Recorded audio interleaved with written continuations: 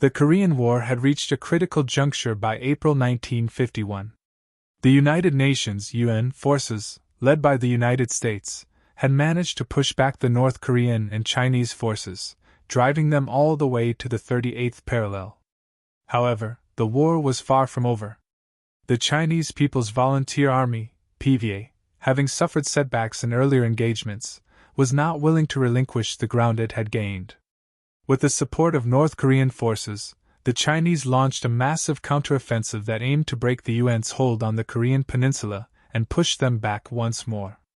The target was the Kapyong Valley, strategically located in the central part of the Korean peninsula. The area was crucial for controlling the road network that linked Seoul with the rest of South Korea. If the Chinese forces succeeded in taking Kapyong, they would cut off UN forces in the western sector, leaving them vulnerable to a complete collapse. The Kapyong Valley was a key position, and it would be a brutal test for the defending UN forces. In the early days of April 1951, Chinese forces began to mass along the hills surrounding the valley, preparing for a decisive assault. The Chinese, using their overwhelming numbers, launched their attack with one goal in mind: to crush the UN forces before they could regroup and reinforce their positions. They hoped that the sheer weight of their numbers would overwhelm the defenders and shatter their lines. The UN forces, primarily composed of Canadian, British, Australian, and Indian troops, were tasked with holding Kapyong at all costs. Despite being outnumbered and facing the full force of the Chinese offensive, the UN troops knew that failure to hold this critical position would have dire consequences for the entire war effort. As the Chinese advanced, the soldiers took up positions along the ridge lines and defensive positions, preparing for what would come to be known as one of the most desperate and intense battles of the war. The battle for Kapyong began in earnest on April 22, 1951, when the Chinese launched their first wave of attacks. The soldiers manning the defensive lines were spread thin across the valley, with the main thrust aimed at the center of the UN position. The initial assault was brutal. Waves of Chinese infantry, backed by heavy artillery and tanks, moved relentlessly forward, their goal clear: to break the UN defenses and drive them back. At first, the defenders, including the 2nd Battalion of the Princess Patricia's Canadian Light Infantry, PPCLI, fought bravely, holding their ground against the onslaught. The snow-covered terrain and the dense forest around the Kapyong Valley made movement difficult, but it also provided some cover for the defending troops. The soldiers dug into their positions, using every advantage the terrain offered. The freezing cold, however, made conditions unbearable. With limited supplies and minimal shelter, the soldiers of the UN forces had to endure long hours of waiting and fighting, all while facing the constant threat of a massive enemy assault. The Chinese forces came in waves, trying to overwhelm the UN defenses through sheer numbers. The battle lines shifted frequently as the Chinese attempted to infiltrate the defensive positions, using their superior numbers to press the attack. The UN soldiers, although vastly outnumbered, held their positions tenaciously.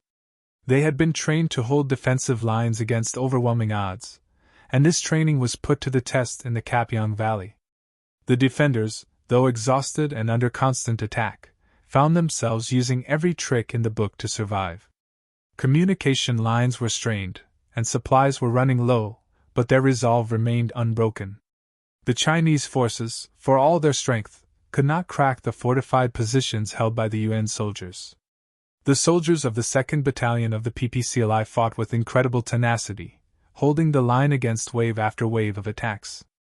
As each new assault came, the defenders fought back fiercely, using artillery, mortars, and their rifles to push back the enemy. The battle became a grueling test of endurance, both physically and mentally.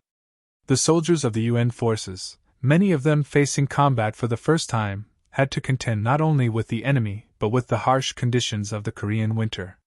Snow and ice made movement difficult, and the constant bombardment left little time for rest. Yet, despite the exhaustion, they fought with a resilience that would prove to be key in the coming days. The Chinese forces, though they had numbers on their side, had underestimated the resolve of the UN soldiers. Their attacks were relentless, but they found it difficult to penetrate the defensive lines. The Chinese were forced to regroup, launching new offensives with more intensity as they tried to break through the fortified positions. With each attack, the situation grew more dire, but the defenders held firm, knowing that the fate of the entire UN effort in Korea rested on their ability to withstand the onslaught. The battle continued for days, with both sides suffering heavy casualties. The Chinese forces, despite their efforts, were unable to break through the defensive lines at Kapyong. Their tactics, which had worked in earlier stages of the war, were proving less effective against the well-coordinated and determined UN forces. As the days passed, it became clear that the Chinese offensive was beginning to falter. They had underestimated the tenacity of the UN soldiers, and the strategic value of Kapyong was proving to be a formidable obstacle to their plans. Just when it seemed that the Chinese forces would break through, the UN forces received reinforcements from both artillery support and additional troops. The arrival of fresh soldiers and air support helped tip the balance in favor of the defenders. With the reinforcement of supplies and the help of aerial bombardment, the Chinese offensive began to slow.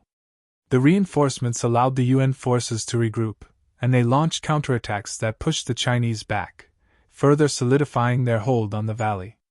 The battle for Kapyong, though not over yet, had already proven to be a remarkable display of bravery and resilience. The UN forces had withstood an overwhelming Chinese assault, holding their positions against relentless attacks and enduring unimaginable conditions. This fierce resistance would go on to be remembered as one of the defining moments of the Korean War, demonstrating that, even in the face of seemingly insurmountable odds, determined soldiers could hold their ground and turn the tide of a battle. The fate of Kapyong was still in the balance, but for the soldiers of the UN forces, the battle had already proven that they would not surrender without a fight. The Chinese offensive had encountered more resistance than they had anticipated, and the battle for the Kapyong Valley would continue to unfold as one of the most pivotal moments of the war. The battle for Kapyong had reached its most critical phase, and the resilience of the UN forces was beginning to pay off. As the days wore on, the UN troops held their ground against the relentless Chinese onslaught, but the cost was high. The trenches were filled with the wounded, the cries of comrades echoed across the valley, and the cold made every moment feel like an eternity. Despite the suffering, the defenders had not wavered in their resolve. For many, this battle was not just about holding a position, it was about survival, pride, and the knowledge that if they fell, the entire war effort might collapse. In the midst of the chaos, the leadership of the Canadian forces stood out. Brigadier General B. M. Hofmeister, leading the 2nd Battalion of the Princess Patricia's Canadian Light Infantry, was determined not to let the Chinese forces gain any ground. The Canadian forces were pivotal in maintaining the integrity of the defensive lines, coordinating with Australian and British troops in a joint effort to prevent a complete breakthrough. Hofmeister's leadership, along with the efforts of his officers and soldiers, helped maintain a sense of order amidst the disorder of the battle. Despite facing superior numbers, the unity and determination of the UN forces were starting to make a significant impact on the battlefield. At the same time, the weather began to clear, and with it came a shift in the tactical landscape. For days, the dense fog and snow had grounded air support, but now the skies were beginning to open. The arrival of airstrikes from UN fighter planes and bombers was a game-changer. The Chinese forces, already stretched thin and demoralized by the constant resistance, were now vulnerable to air attacks.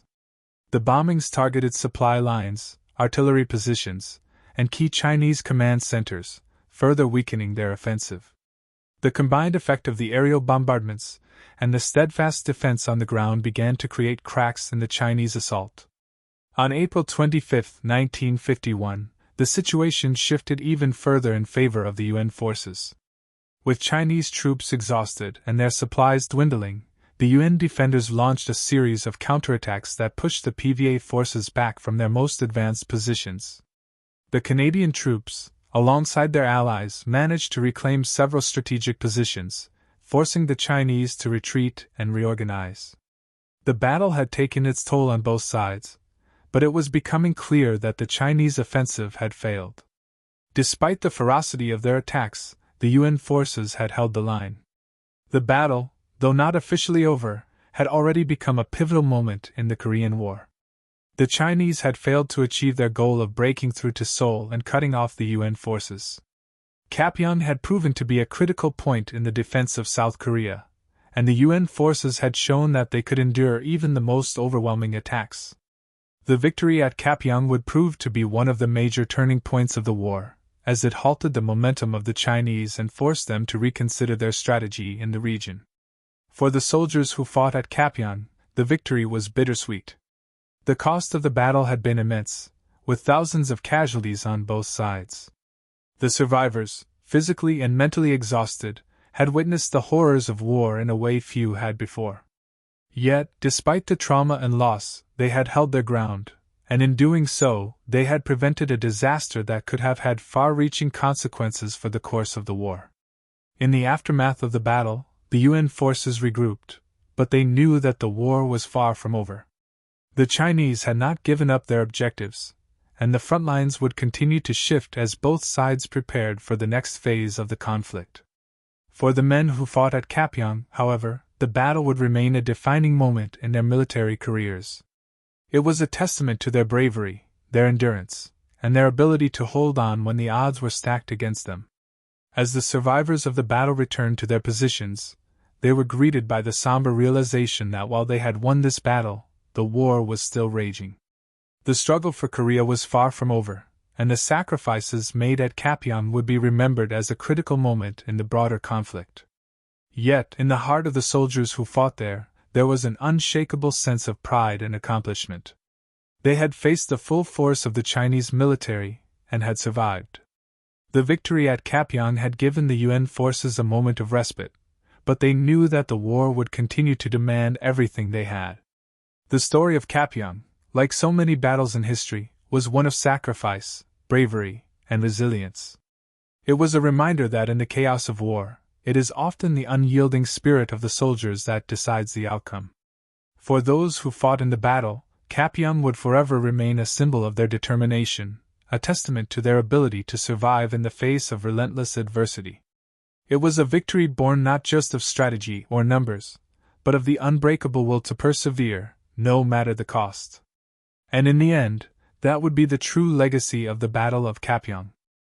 As the days passed following the battle, the full scale of the consequences began to reveal itself.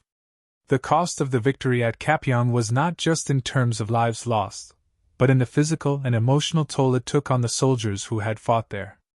Many had been wounded, some permanently, and the constant strain of holding the line in the face of overwhelming odds left deep scars, both seen and unseen.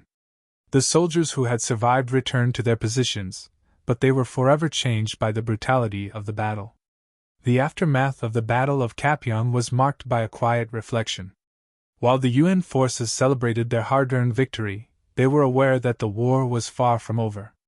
The Chinese offensive had been repelled, but the larger conflict between the North Korean, Chinese, and UN forces raged on, and it seemed that no side would be willing to back down. The battle for Korea was still a long way from its conclusion, but the success at Kapyong had done much to slow the Chinese momentum, providing a much-needed morale boost for the UN forces.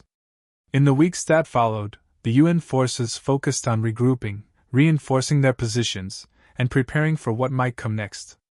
The soldiers, still recovering from the brutal fighting, were given some respite, but they knew that they would soon be called back into action. As the war dragged on, the soldiers of Kapyong would come to represent a new kind of heroism, one not built on grand victories or moments of glory, but on the sheer will to endure in the face of impossible odds. The Chinese, though they had failed in their attempt to take Kapyong, were by no means defeated. Their forces, though depleted and demoralized, were still a formidable threat, and the stalemate in the Korean peninsula persisted. The war had settled into a pattern of grinding conflict, with the front lines shifting back and forth but neither side able to gain a decisive advantage. For the soldiers on both sides, this war of attrition would continue, marked by long stretches of inactivity punctuated by sudden, brutal clashes. Meanwhile, on the diplomatic front, the battle for Kapyong had significant consequences. The failure of the Chinese to break the UN lines delayed their plans for further offensives and complicated their ability to maintain momentum. The UN forces, despite their victories, still faced immense pressure from both the North Koreans and the Chinese, but they had gained valuable time. The battle at Kapyong also highlighted the complexity of the Korean War, where a series of small, hard-fought engagements could have ripple effects on the larger course of the conflict. In the years that followed the war, the Battle of Kapyong would be remembered as one of the pivotal moments that helped shape the outcome of the Korean conflict. It wasn't the largest or most decisive battle, but it was a battle where courage and tenacity made the difference between defeat and survival. The Canadian, Australian, and British troops who fought there proved that even in the face of overwhelming odds, small, well-coordinated units could hold their ground and disrupt the enemy's plans. The battle's legacy also extended beyond the military sphere. For the people of Korea, Kapyong was a symbol of resistance, a testament to the sacrifices made by both UN and Korean forces to maintain the sovereignty of the South.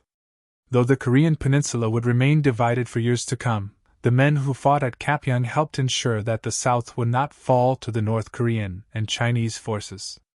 The story of Kapyong became woven into the broader narrative of the Korean War, a war that many saw as the forgotten war, due to its overshadowing by World War II and the Vietnam War. Yet for those who fought, it was a defining chapter. As the years turned into decades, the memories of the battle began to fade from public consciousness, but for the veterans who fought there, it was a moment that they would never forget. Kapyong represented not just a military victory but a personal triumph over adversity. It was a battle that had tested their courage, their resilience, and their ability to fight under the harshest conditions. It became a symbol of how individuals and small units, working together, could hold the line against an enemy far larger and more powerful.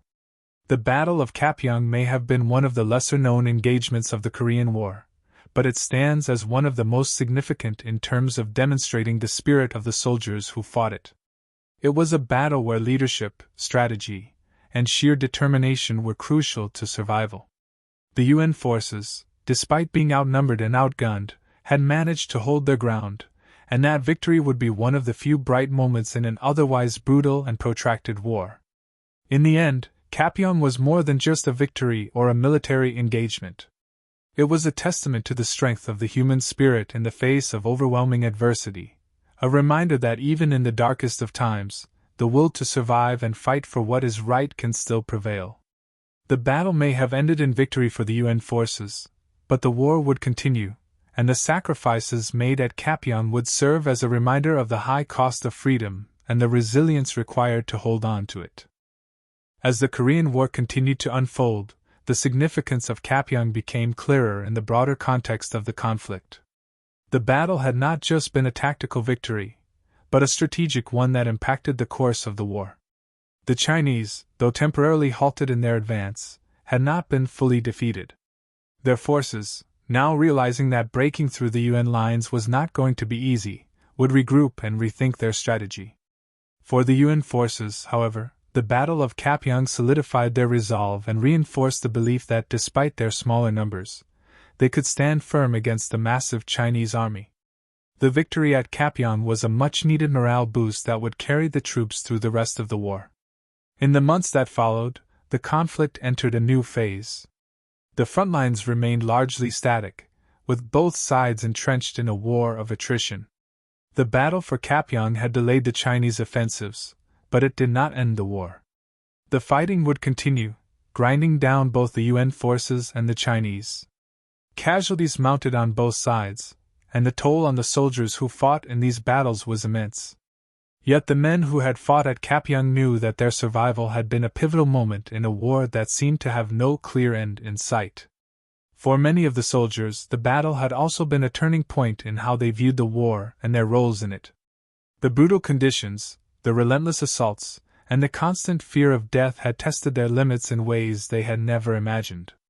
But it also brought out the best in them: teamwork, leadership, and an unwavering determination to succeed. They had been called to hold Kapyong, and despite everything stacked against them, they had succeeded. The lessons learned on the frozen fields of Kapyong would stay with them forever. The war itself, however, showed no signs of ending. While the Battle of Kapyong had slowed the Chinese advance, it had not ended the stalemate. Both sides remained entrenched, and the war ground on in a series of bloody skirmishes, with neither side able to gain a decisive upper hand. The truce talks, which had begun in 1951, dragged on for years, as both sides continued to fight and negotiate in parallel.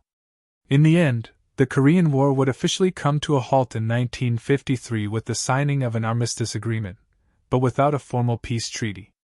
The Korean peninsula remained divided, and the Cold War tensions between the US and China persisted, with Korea becoming a symbol of the larger global struggle between communist and capitalist forces. In the years following the armistice, the veterans of Kapyong would return to their respective countries, hailed as heroes, though many would not speak much of the battle. The emotional and psychological toll of the war, especially in battles like Kapyong, was something that not all soldiers could easily leave behind. The memories of the frozen trenches, the constant barrage of enemy fire, and the comrade they had lost remained with them long after they returned home. For some, the battle and the war as a whole would be forever etched in their minds, and the scars of war would take years, if not lifetimes, to heal. In Canada, Australia, and the United Kingdom, the veterans of Kapyong were given their due recognition. They were invited to commemorate the anniversary of the battle, and their bravery was acknowledged. The story of Kapyong became part of the national narrative, a reminder of the sacrifices made by those who fought in the forgotten corners of the world during the Cold War. For the people of South Korea, the battle was also a defining moment, a testament to the courage of the UN forces who had helped keep their nation from falling under communist control. However, outside of these countries, the battle remained relatively unknown to the wider public. While the Korean War itself often faded into the background of global history, overshadowed by the World Wars and the later Vietnam conflict, Kapyong remained a story worth remembering.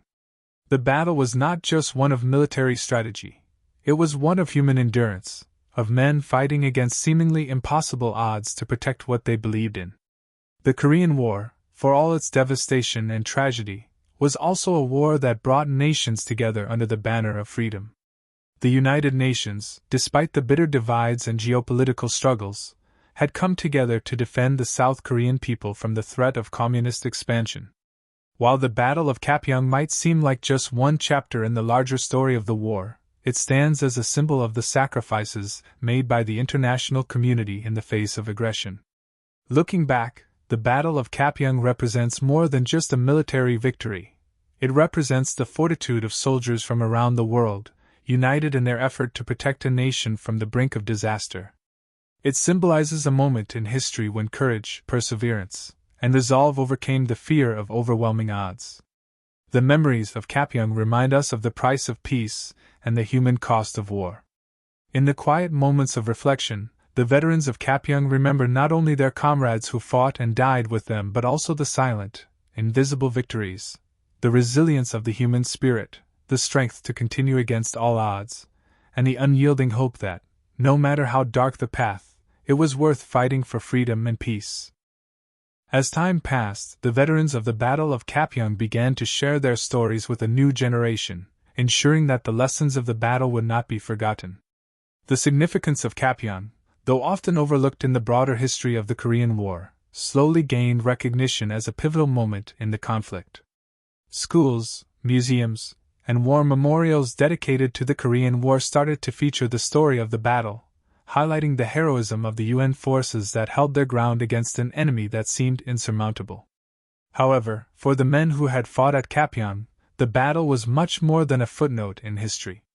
It was a defining experience, shaping the rest of their lives. Many carried the weight of the battle with them long after the war had ended. The trauma of the fighting, the loss of comrades, and the overwhelming pressure of holding the line left deep emotional scars. The psychological impact of war, often unspoken and hidden beneath the stoic faces of the veterans, was something that would haunt them for years to come. Yet, there was also a sense of pride that came with the memories of Kapyong. The soldiers knew that they had played a critical role in the defense of South Korea, and their success had altered the course of the war. They had faced down a powerful Chinese offensive, with the weight of the UN's presence in Korea hanging in the balance, and they had emerged victorious. It was a victory that was hard-earned, but it was one that had made all the difference. As the years turned into decades, the soldiers of Kapyong grew older, but their bond remained unbroken. The friendships forged in the heat of battle were lifelong, and many veterans formed tight-knit groups that met regularly to reminisce about their shared experience. These reunions became opportunities to remember not just the battle, but the camaraderie that had kept them going through the darkest moments of their lives. As time continued to pass, South Korea transformed from a war-torn country into a thriving, modern nation. The scars of the Korean War faded from the surface, but for those who lived through it, the memories remained. The battlefields of Kapyong, once filled with the sounds of gunfire and the roar of tanks, had become peaceful fields, a testament to the resilience of the soldiers who fought there. The international community, too, began to recognize the long-lasting legacy of the Korean War and the sacrifices made by the soldiers who had fought to preserve peace on the Korean peninsula. The war's legacy was seen not only in the ongoing division of North and South Korea but also in the global understanding of the importance of standing up against the spread of communism. Kapyong, in its own way, became a symbol of that struggle, a moment when the tide of history was turned by the bravery of a few determined soldiers. In the 21st century, South Korea became one of the world's leading economies, a beacon of democracy and technological advancement. The veterans of Kapyong, as they aged, watched in awe as the country they had fought to protect flourished. Many had never imagined that the country they had bled for would one day stand as a testament to their sacrifice. Though the war had divided families and scarred generations, the victory at Kapyong contributed to the preservation of South Korea as a free, democratic nation. As for the veterans themselves, their stories were eventually told to wider audiences through books, documentaries, and even films. The battle for Kapyong, which had once been a forgotten corner of the Korean War, was now being recognized as one of the defining moments of the conflict. The bravery, sacrifice, and resilience of the soldiers who fought there were finally receiving the acknowledgement they had long deserved. The Battle of Kapyong had been more than just a victory for the soldiers who fought there, it had been a victory for humanity. It had demonstrated that, even in the face of seemingly insurmountable odds, the human spirit could endure. It had proven that when soldiers came together with a shared purpose and an unwavering resolve, they could overcome the most formidable adversaries. Kapyong was a victory not just for the UN forces but for the values of freedom, democracy, and the defense of peace in a world that was constantly teetering on the brink of conflict. In the end, the Battle of Kapyong was not just a battle for a valley in Korea, it was a battle for the future of a nation, for the survival of freedom, and for the indomitable will of soldiers who refused to surrender. It was a chapter in the Korean War that, though often overshadowed by other events, left a lasting impact on the course of history. And for the veterans who fought there, it remained a powerful reminder of what had been achieved, and what had been sacrificed, to secure the peace that followed. The legacy of Kapyong, like the soldiers who fought there, would never be forgotten.